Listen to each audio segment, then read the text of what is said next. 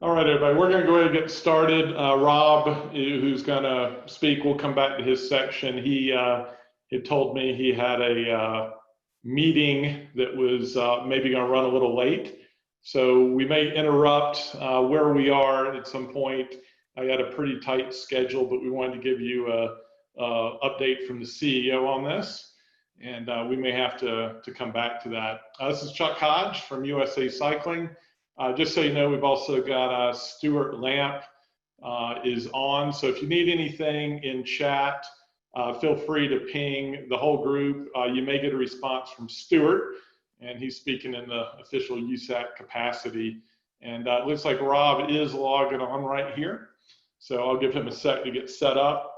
Thanks for joining us. Looks like we have just over 70 folks right now. I want to talk a little about what we want to go over today. And I was told that people were tired of hearing me talk, which is fine. So we're gonna have Rob do a little USA Cycling update for a few minutes. The most of this discussion is we want to do a little bit of best practices.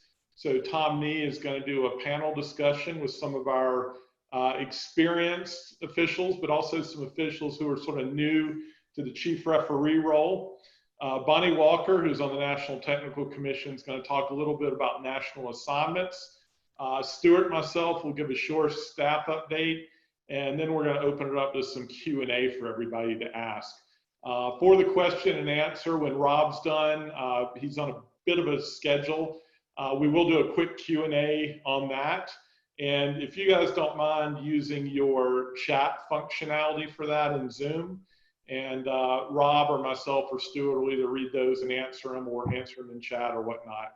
And we'll try to keep that to 4 or 5 minutes and then have broader Q&A at the end of things. So with that said, Rob, we do have this set up where you can unmute yourself, and I'm going to let you do that. And he was here. Yep, he's on. So Rob, I'm going to hand it over to you. Thanks. Okay. Thank you, Chuck and Stuart, and thanks for all the officials that have joined us. I'll try to be brief, but there's a couple of different subjects I want to touch on, and happy to try to handle questions on any of them. Those of you know I've been with the organization about 1.5 years now, and we put a plan in place that was really focused on trying to both grow cycling and address some of the weaknesses that were inherently built into what USA Cycling had done in the past.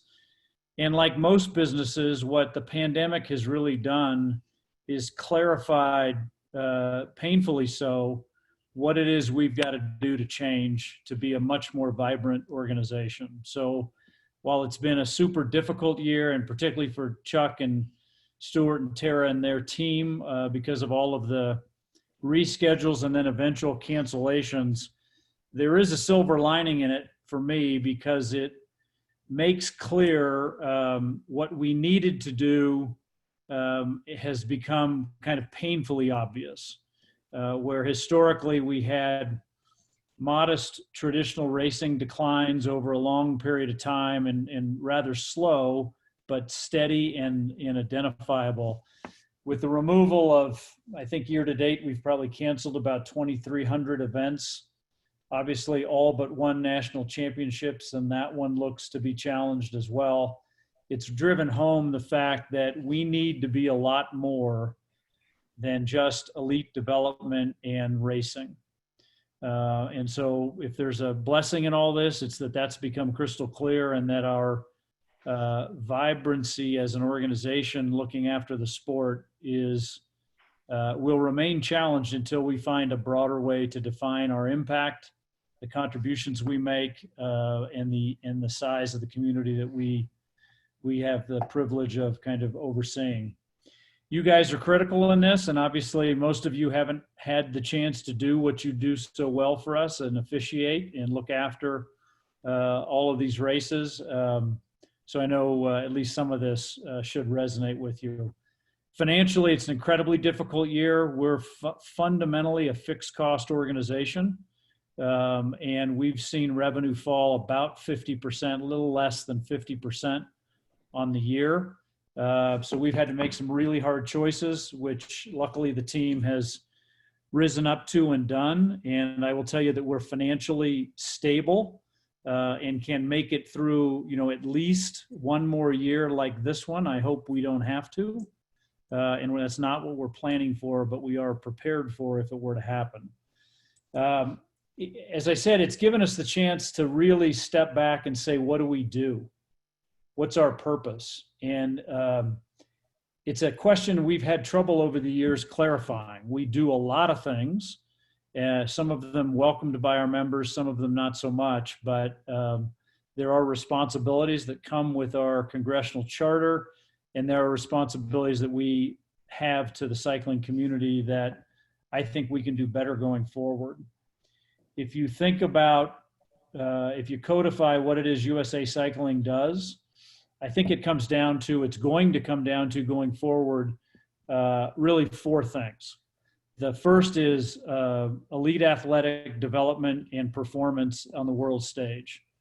And while that's been challenged this year, as we speak, we have 11 elite athletes either in Europe or headed there for the Road World Championships next week in Imola, Italy.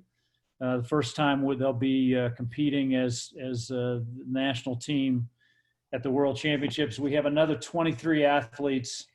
You probably read Worlds is elite only this year. They're not going to compete at the junior or the U23 level, and that's primarily, I believe, a decision because most of the athletes were in Europe anyway. So it means getting them there is a bit easier for the United States and every other country that has trouble traveling right now.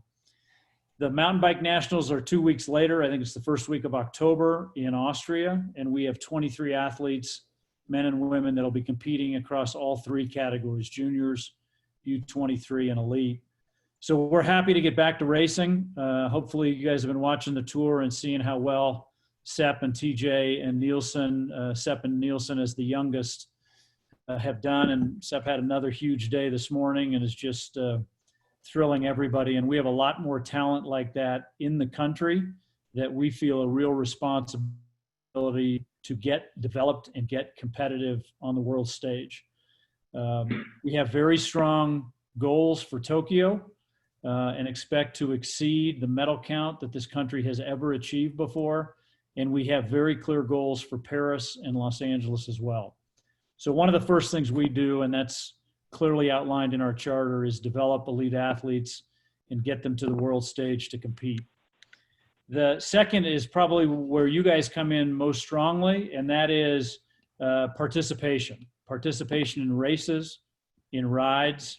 And what this season has forced us to do is expand that scope to virtual events and challenges. And we see that as very core to what we need to be doing on an ongoing basis. I'll talk in a minute about what we'll do differently next year to make that happen in a broader way.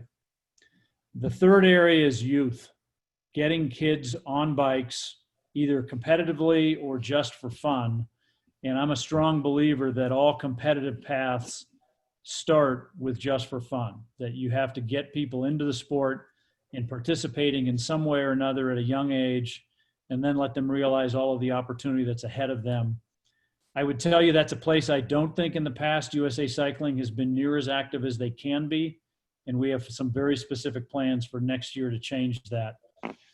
And the fourth area is just becoming member-centric. We're fundamentally, the variable portion of our revenue comes from membership, and we need to make being a member a more valuable property than it has been in the past, particularly for the either non-competitive or less competitive rider. I think for the racer, that value proposition has been crystal clear. For the rider or the event participant or the gravel rider or the mountain biker, it's been a little less clear, and so we're going to address that. So those are the four things we need to get done. We need to develop and win at the elite level.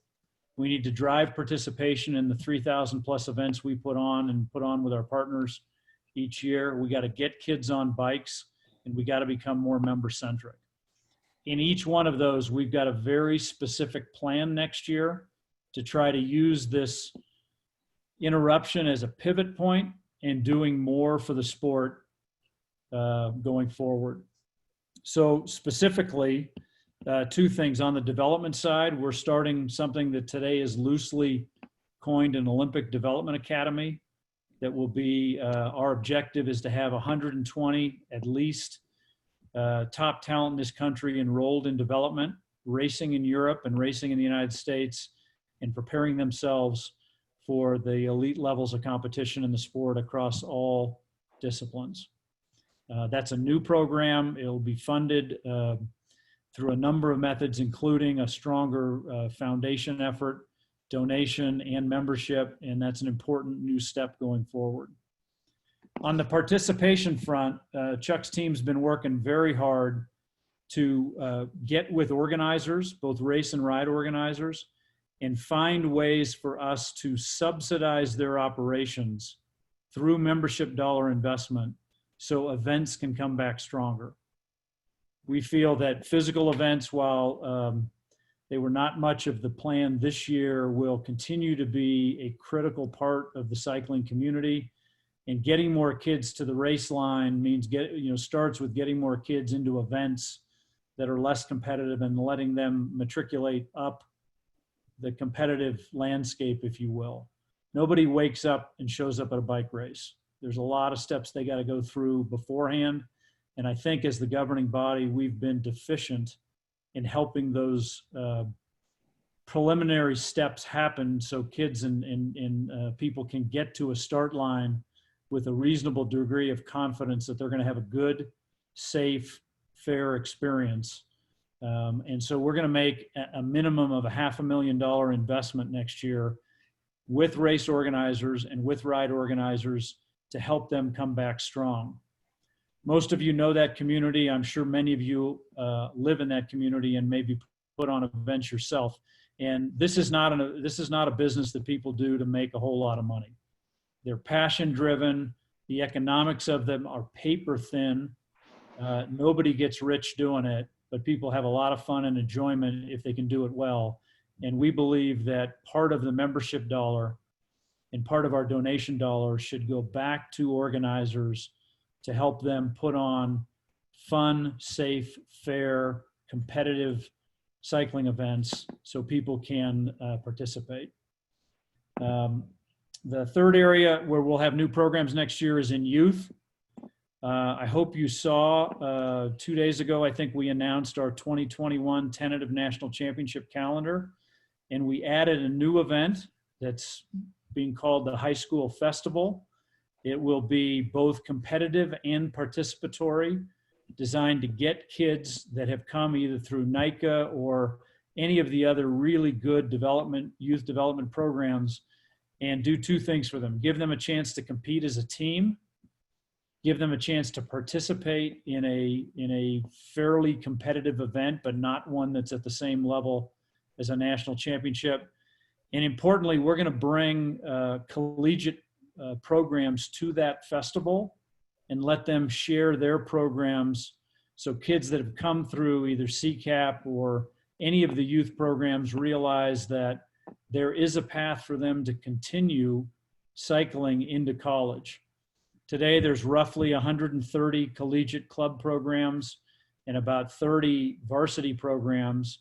We want to both expand those numbers, but also just help kids make the connection, because it's not totally obvious what schools have programs that kids can get to. So the collegiate fair will be held at Winter Park next July 9th, I think, and it's designed to get kids from all over the country to a major event and then let them both participate, see multiple disciplines of cycling, and meet these colleges that have programs. So we are very excited about that new program and look forward to that next year.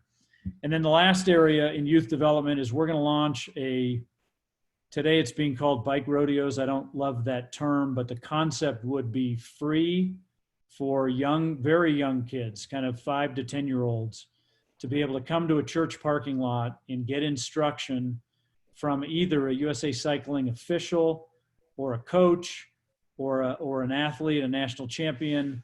We're going to package those programs. Think of it as a rodeo in a box.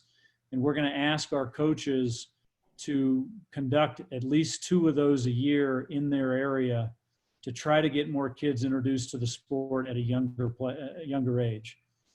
The idea would be it's a place a mom or a dad could bring a kid who's just taken the training wheels off and just give them a very light touch of what cycling safety is about, what cycling skill base is about, and really use it as the parallel to where you would take your kid when you get them swim lessons.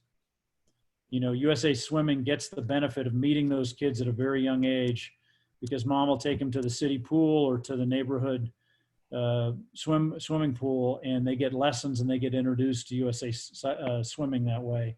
We want to use the bike rodeo as a tool to introduce kids to a path forward. So let me stop and take a breath. I can answer questions on any of that, but we're committed to win at the elite level. We're committed to get more people participating in races and rides, and we're committed to get more kids exposed to the sport at a much younger age. And all of that is on the docket for 2021. And God willing and COVID providing, we will be out doing that. Almost all of these are being prepared for virtual executions as well in case the pandemic were to continue. But we are planning for success and preparing for the worst case. And we will be here getting you guys back out doing what you do so well for us next year. Okay, Chuck, I'm going to look at the questions and see if... Yep, nothing so far. If you guys do have questions, it's probably easiest to use your chat functionality. Feel free to throw them out there to Rob. Rob, it looks like a couple of folks are excited about the youth thing, which is great. We really feel, I feel like that's a place where when the sport had clear tailwinds, you could argue maybe we didn't have to do that work. But in a world where kids have much more pressure from digital experiences in their phones, I honestly don't care what sport they do as long as they get off the couch. But in my current job, I want them to get out and cycle. And we think introducing them early and lightly, not a heavy dose of rules and competitiveness, but just let's get out and have fun on the bike and do it in a safe way is a service that we should and will provide to the sport for parents to take advantage of. Yeah, a couple questions came up about the dates. It's, I want to say the second full weekend of July. It's the weekend before Mountain Bike Nationals in Winter Park. So what we're going to do is have this high school festival, which will include the collegiate fair. And that's essentially going to roll right into Mountain Bike Nationals in Winter Park. So yeah, it'll be some kids and families are going to go there the whole week. It's a great place to go and hang out. So that's our goal. Rob, a question from Sean Mahaffey on membership decrease. I'll let you handle that one. Let me see if I can find that question. Is USAC prepared for a large membership decrease in 2021? It's a very good question, Sean. And I wouldn't say we are preparing for a worst case scenario if that were to happen. But we're also working very hard to renew all of our members, both current and lapsed.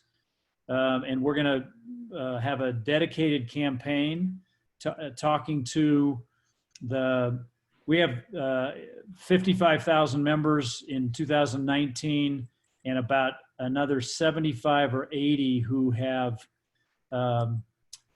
been a member but suspended or stopped their membership post 2018. We have a dedicated campaign to go after all 135,000 or whatever that number adds up to, doing a couple of things. Number one, asking them to rejoin, giving them some choices on levels to rejoin, and letting them know where their money goes. I think inherently one of the problems that was in the old USA Cycling membership construct is membership was more about the license than it was about belonging.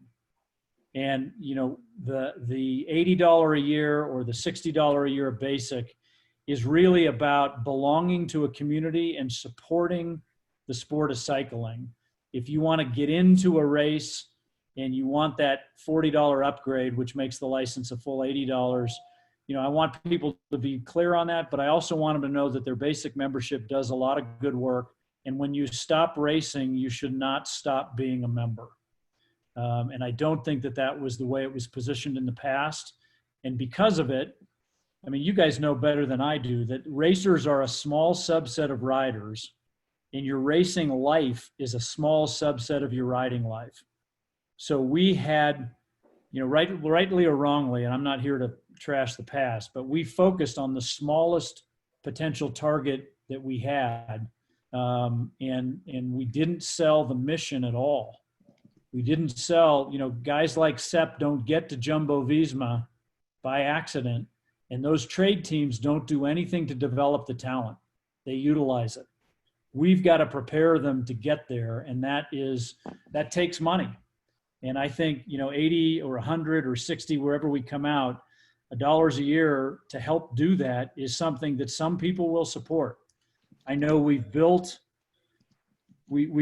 unintentionally built this transaction that said, if you're not going to a license required race, you don't need to be a member. We are going to try to change that and pull on the heartstrings of people who love this sport to convince them that they should continue to be members long after they enter their race, or they enter their last race. But it's a lot of work to be done, and it's critical this year because most people renewed their licenses before COVID hit, and going into next year, eyes wide open, they're going to be tentative, and many will take a wait and see attitude. So we do recognize this is probably the most challenging renewal year we've ever had in our history. So I hope that answers Sean's question, and I'm sure others had it. Yeah, Rob, Dot had a question about diversity development, and Stuart, if you can grab that D&I page off our website. I don't know if you want to touch on that or just let us send that link out to folks. Yeah, we had started this effort in January, and then obviously with the dialogue in the country, it's elevated in its, I don't want to say importance because we felt it was important before, but it's elevated in its visibility, that's for sure. We have a group of, I think the count is 12 members that represent different voices in this DEI discussion that's going on in this country. And we've said very clearly we want to do two things. We're going to change the makeup of our board and staff to better reflect the population we want to represent. And we're going to measure the makeup of our membership to try to make progress towards a more inviting sport to women, people of color, regardless of where you're coming from. This is a sport that you should have full access to. And, I think, quite frankly, we're a small part in this national discussion, but I feel a strong personal commitment to try to make a difference. I told a story, if anybody wants to research it on YouTube, on the internet, it's still there, that the company I was running in 2016 unintentionally kind of stepped on ourselves with a quote that was taken out of context by my head PR guy. And we did what we could to put the fire out, if you will. But in hindsight, as a leader, I look back at what I did and I'm not happy that we did enough. And, as a 59-year-old white guy who's had a relatively easy go of it, I'm making the personal decision to try to have a bigger impact and to do it in a way that has more lasting consequences. Kelsey Erickson, who's running that for us, is a passionate and talented leader who's doing a great job, and we're off to a decent start. We have a long way to go. Great, thanks, Rob. I think we're caught up. Ken Hart did bring up a point about our officials memberships, and you are members, is now going to be a rolling 12-month. That's going to start when we get our new officials licensing. We did have a meeting with IT on that yesterday, and that'll be a little later this fall. And I am going to promise you after 4 years or 5 years that you're going to have a nice interface to actually renew next year. So if not, then I'll yell at IT. So any other quick questions for Rob? We're going to be moving on here in a sec, and Stuart and I'll stay on to answer questions, of course, at the end. Rob, thanks for taking the time, and Okay. everybody appreciates it. I don't love these one-way Zooms, but I know we have a lot of people. I just want to personally thank each of you for your commitment to the organization, for your commitment to the officiating work that you do. It's why this, it's one of the things that we do uniquely, you do uniquely, that differentiates us. And I'm going to ask you for your continued support. It's a great sport. We want to get more people engaged in it. And if we get them engaged, they'll move up the ranks and become racers and eventually replace you guys as officials. And I just can't thank you enough for the effort you put in for us. And I hope we're all back in business here very soon. And Rob still likes you guys because unlike our last two CEOs, he was never fined or disqualified by an official. So he's got that going for him. I've never been anywhere close enough to the front where that would have to happen. Thank you, everybody. Thanks, Chuck. Thanks, Rob. Appreciate it. All right, we're going to move on to our panel discussion. And Steve, Emily, Ryan, Tony, and Tom, you guys can all unmute yourself. I should have it set up to do that. So please do that. And Tom, I'm going to leave this splash screen up and hand it over to you to chat about. One thing I'll tell all of you guys, I didn't have a chance to before, I am going to cover some of the new post-event reporting along with Stuart, our new permitting system. So don't complain too much about the old system because it is changing, and I'll cover that a little later. So Tom, I'm going to hand it over to you and let you guys chat about some best practices. Okay, great. Thanks, Chuck. I see many people here that I know, you know me, and there's a few who don't know me. So for those few, I'm the current chair of the National Technical Commission and also chair of the Cyclocross Sports Committee. We have a panel today which represents a diversity in the sport. At the request of these task force that have convened since last summer, they wanted to see different faces of different experience levels. So we have Steve Cruz from Dallas, Texas. He's been officiating since 1985. He's been chief referee of a number of national championships and been at a lot of the pro races. And he's worked every single position at a bike race, and maybe some you've never heard of before. So he's going to lead us off. And then we have Emily Good from Minnesota, Minneapolis, and she's been officiating since 2012, doing locally mostly road, track, and cross, but she's been fortunate to have been an apprentice at Mountain Bike Nationals in 2017. And then we have Ryan Fu, who's said he's based in the San Francisco Bay Area, so he must be homeless or something. No, he's definitely well in scouts there. He's been officiating since 2003, and he says his highlight was that he got to be an apprentice as a motor ref training with Frank Maxim from Tennessee. That was his first time ever being on a motorcycle, so I believe both survived, and you could talk to him about that. And our last panelist is Tony Philippine. He's been an official since 2013, and he came in through the motor ref route. So he was doing motor coming in, and then he started doing more ground jobs. I think many of you in the Northeast know that he's one of the principal organizers of Northeast Official Symposium, which is a training event that has 70 officials from all over the East Coast coming to it, okay? So since we're on a tight schedule, I'm going to take my stopwatch here and time some people out. It's the only time I've used a stopwatch this year. I hope that maybe next year we'll be able to use these things again.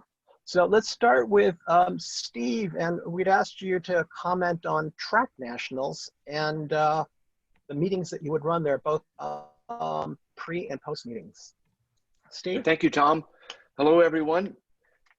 When I think about a track national championship, there's a couple of meetings that happen before the event that I have to think about going in, and I'm talking from a chief referee's perspective.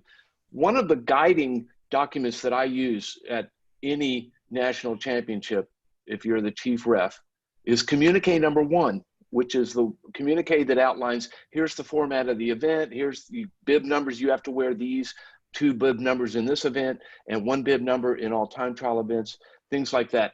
You need to be able to format it in your head what events you're going to conduct, what level of championship you're at. Is it an elite, or is it for juniors? Is it for collegiate? And when you have these things in place in your communique one, you'll be better able to meet with the officials that are assigned on the crew in the pre-race meeting. And there's always two pre-race meetings. One is with your officials, and two is with the competitors when you go into a national track championships. So you're going to have to know the format of the sprints. How many are you taking to the finals? The format of the Karen. Are we going to have heats and finals in mass start events? Are you going to run a team sprint at elites, or are you going to run a team sprint at collegiates? Because the two events are completely different. So you have to be prepared beforehand, knowing the rules, knowing the events, and being ready to brief your team so that you can assign resources appropriately to each of those events. The meeting that you have with the officials before the event is just to go over assignments. And trust me, there's going to be times when you have somebody doing a job such as judge, referee, or starter, or whatever it is, for the first time, and you're going to want to be cognizant of that fact.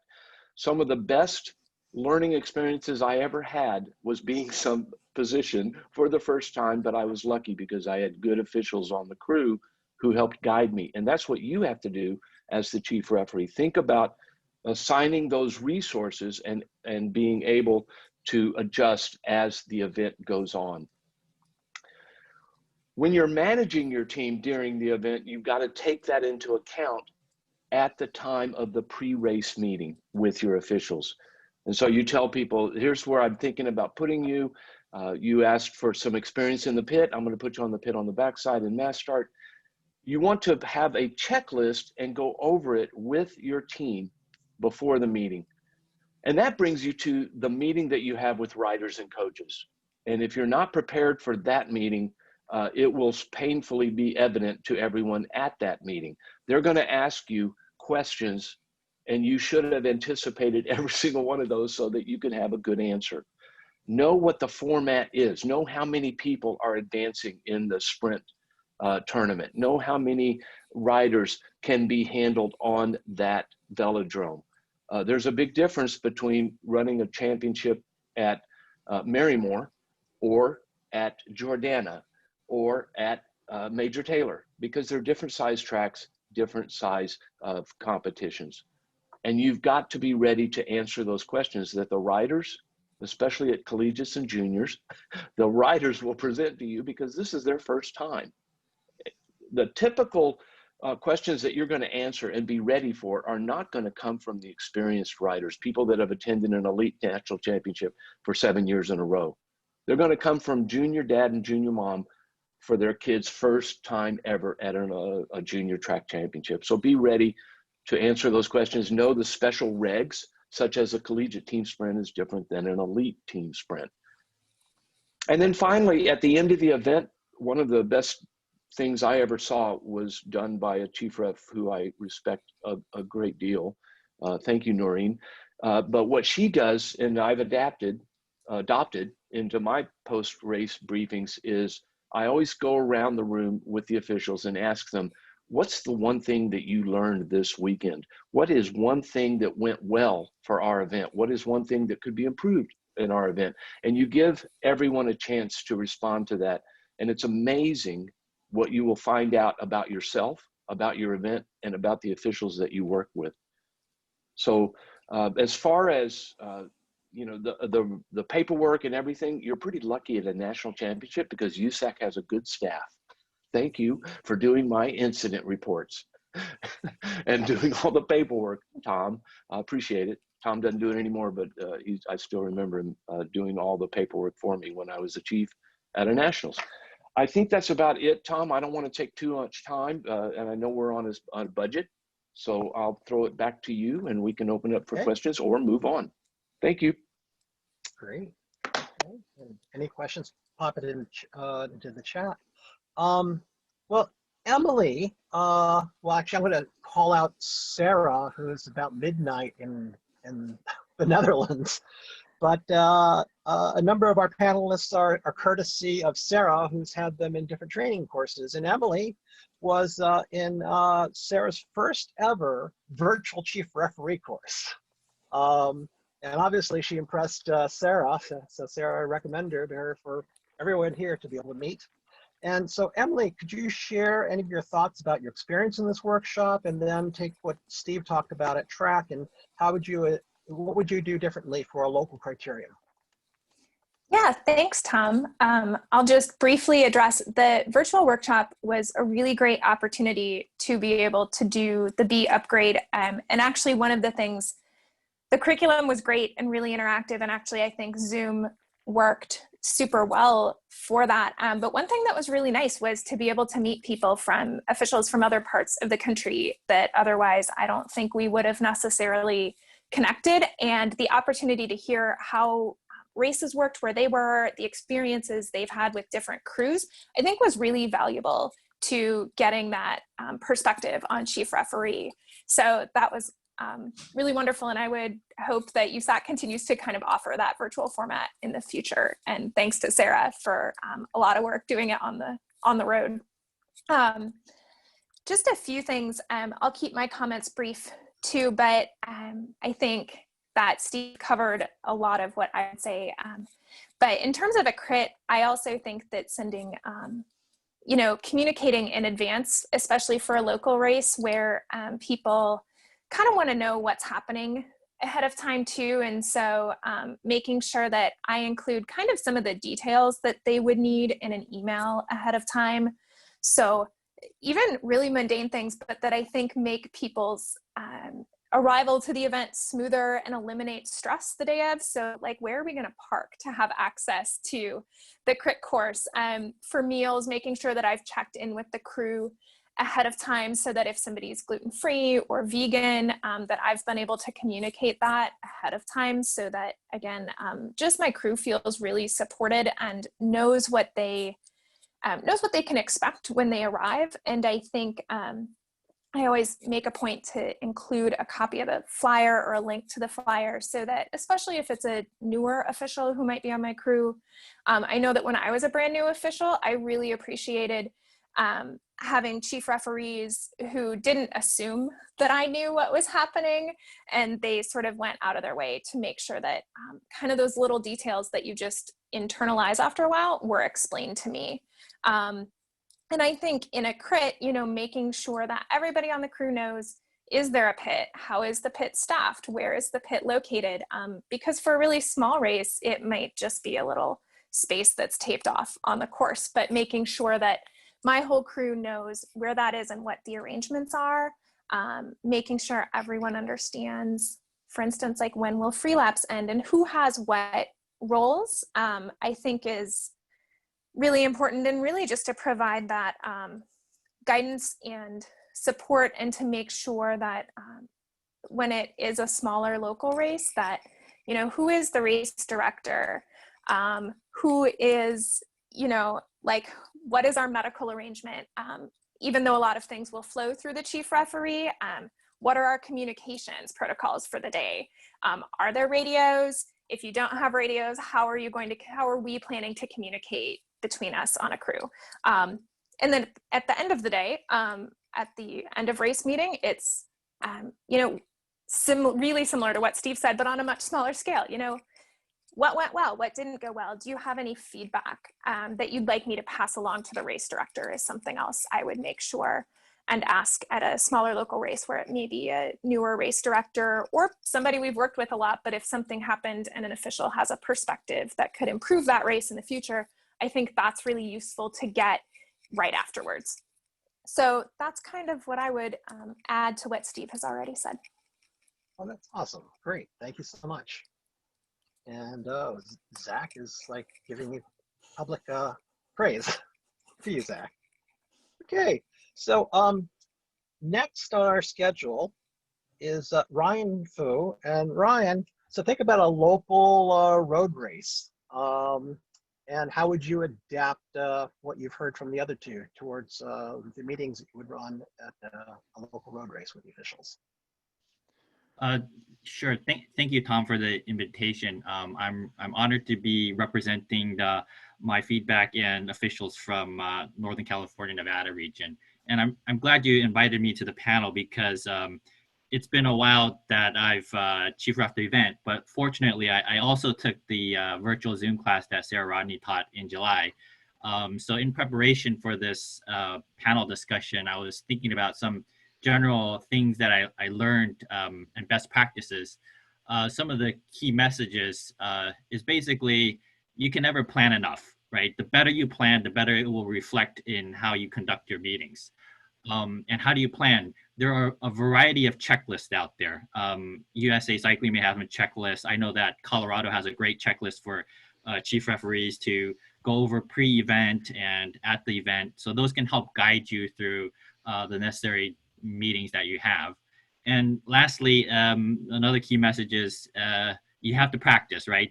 None of us are good at the first time. Some may be better at holding meetings, but you really just have to practice to really get it dialed in.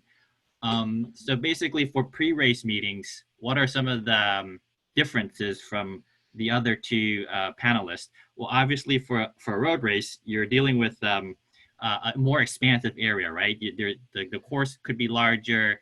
There's a lot more fields on the race potentially. So what that means is that you have more staff that you have to deal with, vehicles, additional support staff like law enforcement, medical personnel that you have to interact with. All of those pieces of information are things that you do need to ensure your staff, your officiating staff, are aware about. Other things are that, communication, because the area is wider, there may be some communication gaps that you should kind of be aware about. So how does that translate into conducting an officials meeting?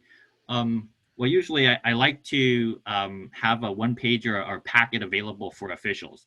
And this packet will contain the assignments for everybody, and generally like to include a timetable if they're going around in circuits, so that everybody knows where approximately the officials are working, if they need to move to different waves, just so that the crew has information about where everybody's doing.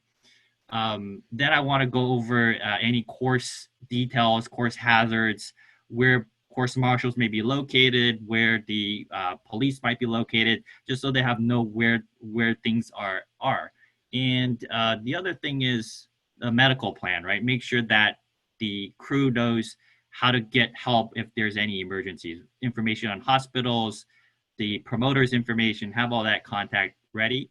And then also go over any emphasis on rules, centerline enforcement, how you want it to be conducted. And then finally, basically some just things to wrap up. It's where do the officials, because they're essentially independent for each of the fields they manage, where do they report conduct issues to judges? How are they going to manage decisions? Where do they get food, water, and reporting their mileage for payment? So that's generally things that I cover in a pre-race meeting.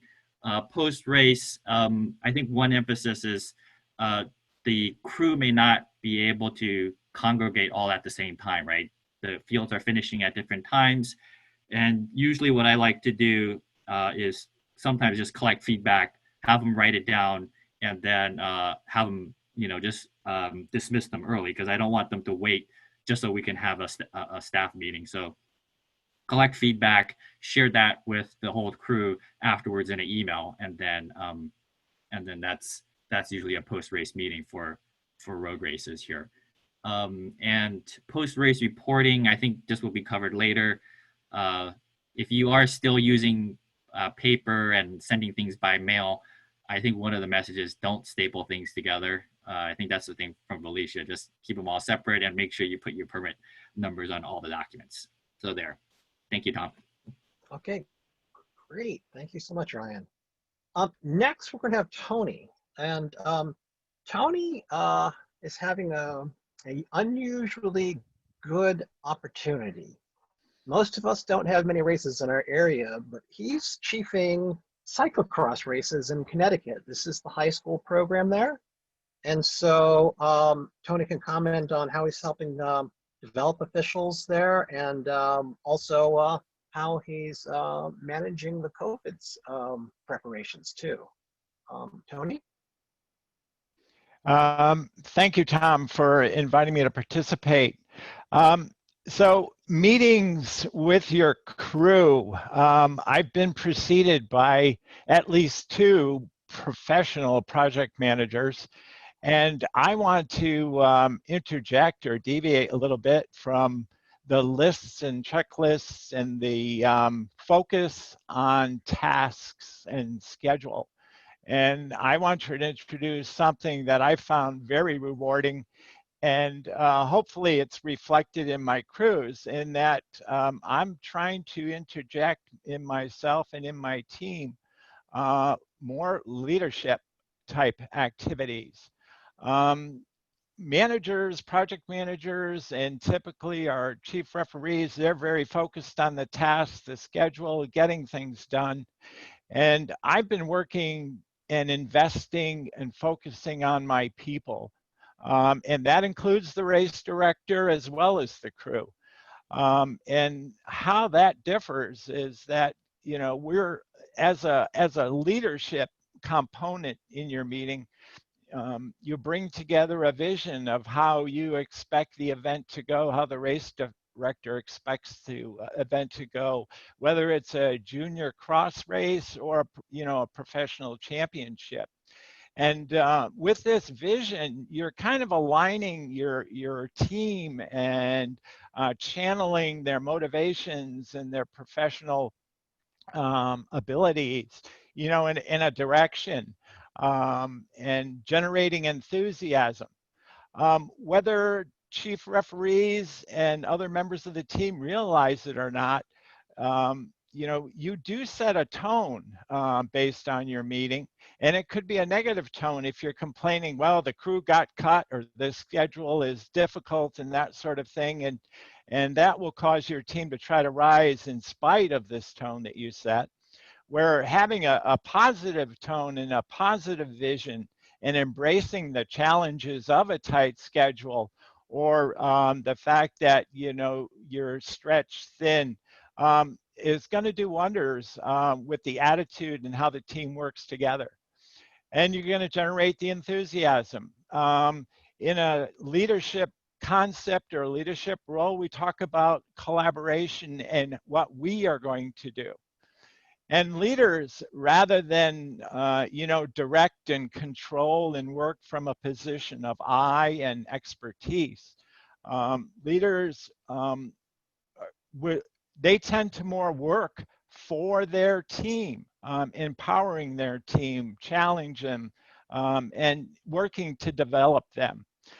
I see events as a real opportunity, and I've taken an interest in having my team grow during the event, while the event's going on. And it may be that, you know, we take the AJ out and let them do the call up and start a category in a cross race. We empower the youth in a road race to roll out their own bikes, maybe 5 or 6 or 8 abreast, and show them how to do that, so that an official can, on either end of the rollout, can get more, you know, work done and that sort of thing. In this time of COVID, leaders have to be creative in solving problems. And I think those kind of aspects are things that chief referees and other members need to bring to the forefront when they're composing their meetings and making their plans, taking risks, and accepting responsibility. And that will inspire trust and a lot of confidence in your crew. Great. Thank you so much, Tony. Tony, you look like a radio DJ. The second career in your life here. Great.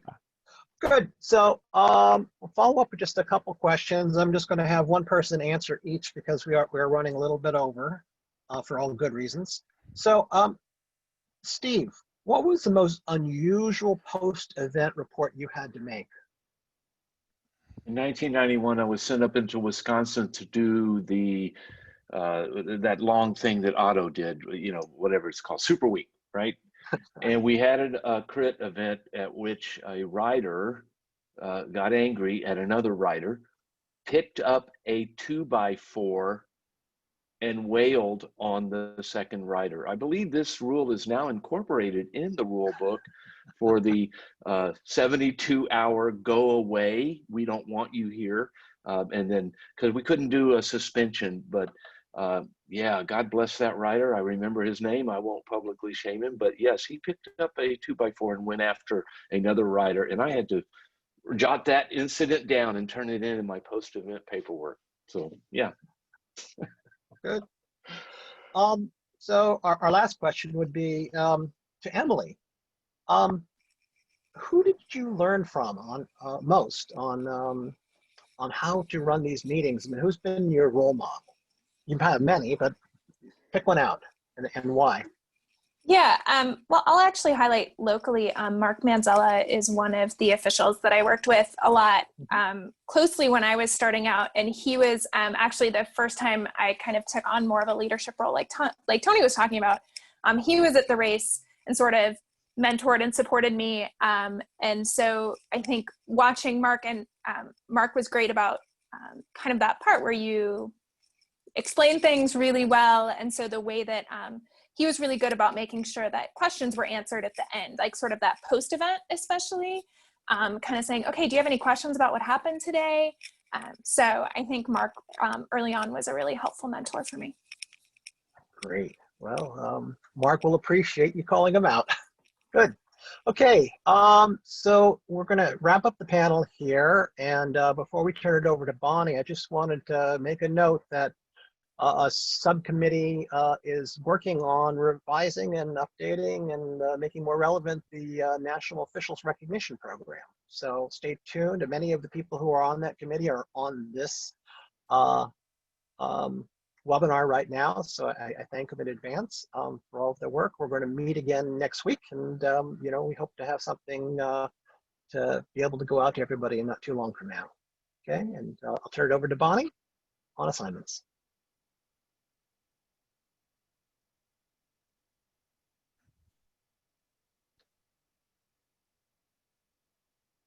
As of right now. As with most things during the pandemic, our race calendar has been in a constant state of flux. It seemed like for a while, every day an event was getting canceled, if not daily, then at least weekly. USA Cycling has, and Chuck and his team have been working closely with all of our race directors during this time and have been offering the support as needed and helping them work through decisions that they may need to make regarding whether or not to move forward with holding their cross events this fall. So as of today, we have 4 events on the national calendar that are still making plans to move forward. That would be Ruts and Guts, which is in Oklahoma, Resolution Cup in Texas, North Carolina GP, obviously in North Carolina, and then our Cyclocross Nationals, which has been moved to Iowa City.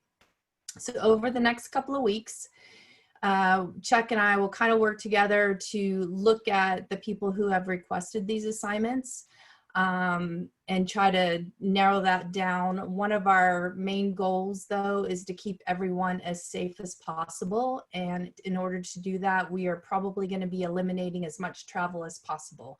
So we will try to use officials that are more local to those events if we can. With these being UCI events and national championships, there's some stipulation and requirements that we may be required to make.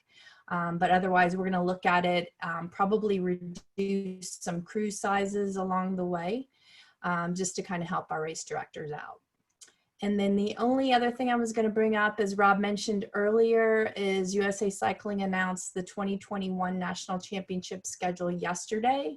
And based on a discussion earlier with Chuck, they're currently finalizing the road and mountain bike national calendars, and they hope to have those announced very shortly.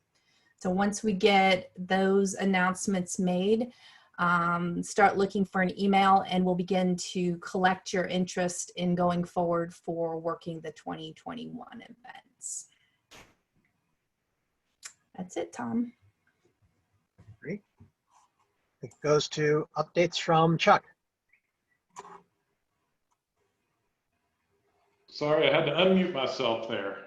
Thanks for that, Bonnie. I do want to add in, I realize that losing assignments are disappointing for folks. I'm in the same boat with my UCI assignments. I went from having some great stuff to nothing at all. And actually, the Americans, unfortunately, who were assigned outside the US generally lost their stuff because we can't travel. So it's definitely a tough year for us. And appreciate your patience. This is literally every day we're talking to organizers. We're looking forward to a better 2021. I wanted to spend a few minutes going through some just updates from USAC staff, and then we're going to open it up for questions, and Stuart and I are going to trade off on this.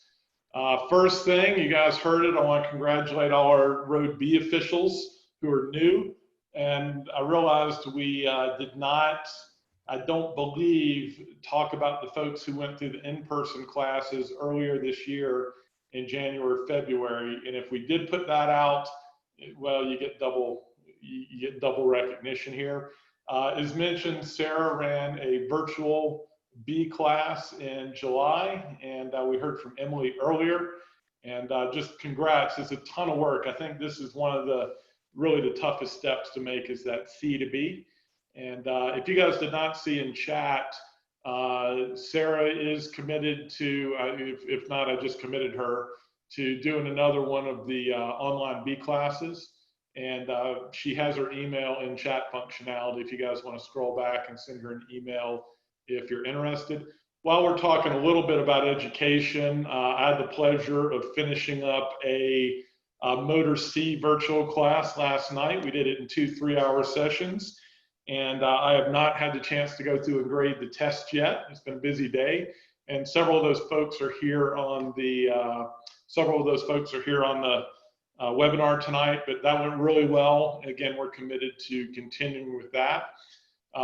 We also have the track secretary class we've talked about, and our instructor, I think, had like quadruple pneumonia, so we gave her the chance to recover. And I will tell you, thanks to those who sent me all their information, as soon as we have an instructor who is good to go to be caught up and teach that, we're going to get that going. So that should be soon. So appreciate all you all's patience on that. And probably next on the criteria for us in regards to education is we are moving the Category C new officials class to a better virtual platform. And I'm not going to be able to do that until we get some more bandwidth, but we are dedicated to do that later this year. I want to let Stuart chat a little bit about where we are with USAC events. So Stuart, I'll let you handle this portion. All right, thank you, Chuck. So just to kind of give everybody an update of where we stand nationally with events. So since the start of 2020, we've had 420 events total nationally. So as most everybody knows, middle of March, everything shut down, and usually Q1 for racing or riding in the US is not always, not a huge number for us, but we do have a lot of activity in the South Central area, Southeast, and even, the Southwest. So we were able to get some events through at that time. Since we started back with allowing permits on June 1st, we've had 174 events take place. And you can see here that there were 64 competitive events during that time period. So the overwhelming majority of these events have been either non-competitive events, so small camps, clinics, even some fun rides and fondos and gravel events where they could move forward. But a lot of these, over 50 of these have been virtual events where we've worked with organizers to host a virtual event, whether that be on a Strava segment or, maybe riding a specific course spread out over a period of time for, an existing fun ride or fondo. So with these competitive events, this was spread across mountain bike, road, and track and cyclocross. We have not had that much cyclocross yet, but there are pockets of the country where cyclocross has taken off early on and been able to move forward.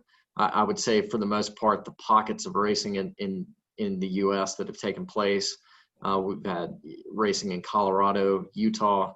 We had a little bit in Washington before things kind of went backwards there, and that was only with time trials. New York has seen more events come back here recently, Pennsylvania and the Southeast, and we've had some in the Midwest as well. So we're not seeing a huge surge of activity across the country, and many areas such as California have been basically for the most part shut down completely by state regulations. So, but as we look towards the rest of this year, right now we're forecasting or looking at close to 100 to 125 events for the remainder of the year. And that is heavily dependent on things continuing at the current rate with caseloads not increasing in many of these areas. So, but if you have any questions, I'm happy to answer any of those in the chat, or you can ask those and we can bring those up with everyone. So, all right, Chuck. Great, thanks, Stuart. And I do want to point out, I think I've mentioned this in one of the previous, to end on sort of some good news. I mean, COVID did impact us obviously heavily. We're running about a 25% load of what we normally would during a given year on events. The good news is we instituted over the last year or two, and this has really been Stuart's team, some changes to bring more events on board. And I will tell you, on March 1st, for the first time in several years, we've been up in events, and that includes traditional races, that includes traditional road, which is, I think most people know, is dropped off. We saw a dramatic increase in mountain bike. We were up over 70% in mountain bike days for the year as of March 1. So we do have some strategies that have been working, and we were growing again, and we're looking to continue that next year, as Rob mentioned. So I do want to point out two of your fellow officials are also our event services regional managers. Trish is on here, and I know Brandon was earlier. I think he had to drop off, but they're unfortunately currently on furlough, but they were a big part of helping us bring those events back. So thanks to you guys, and I really, really, really hope we have them back working with us soon, because we need the help. So I'm going to move on to some miscellaneous updates. Stuart, if you don't mind dropping that link we talked about in the chat. We have a new permitting system in place, which is much simpler and also allows us to better organize data so we have better reporting and know how we're doing in certain areas. It also feeds our event calendar with better information. Now you can search by things like collegiate racing and junior racing, which you couldn't do before. Stuart put a link into chat, and this is also, I believe we do have it up on the officials resource page. We did a webinar with our organizers, and we had several officials on there talking about this new permitting system. And I'd suggest that you go take a look at that at some point and walk you through it. We do have this new system in place. That said, we put it in after we had started racing for the year. So there are some events that permitted in our legacy system. And as most of you have worked with it know, that system is deteriorating. So if you are doing an event as a chief referee in that system, it's probably going to require some manual work with us on the post-event reporting.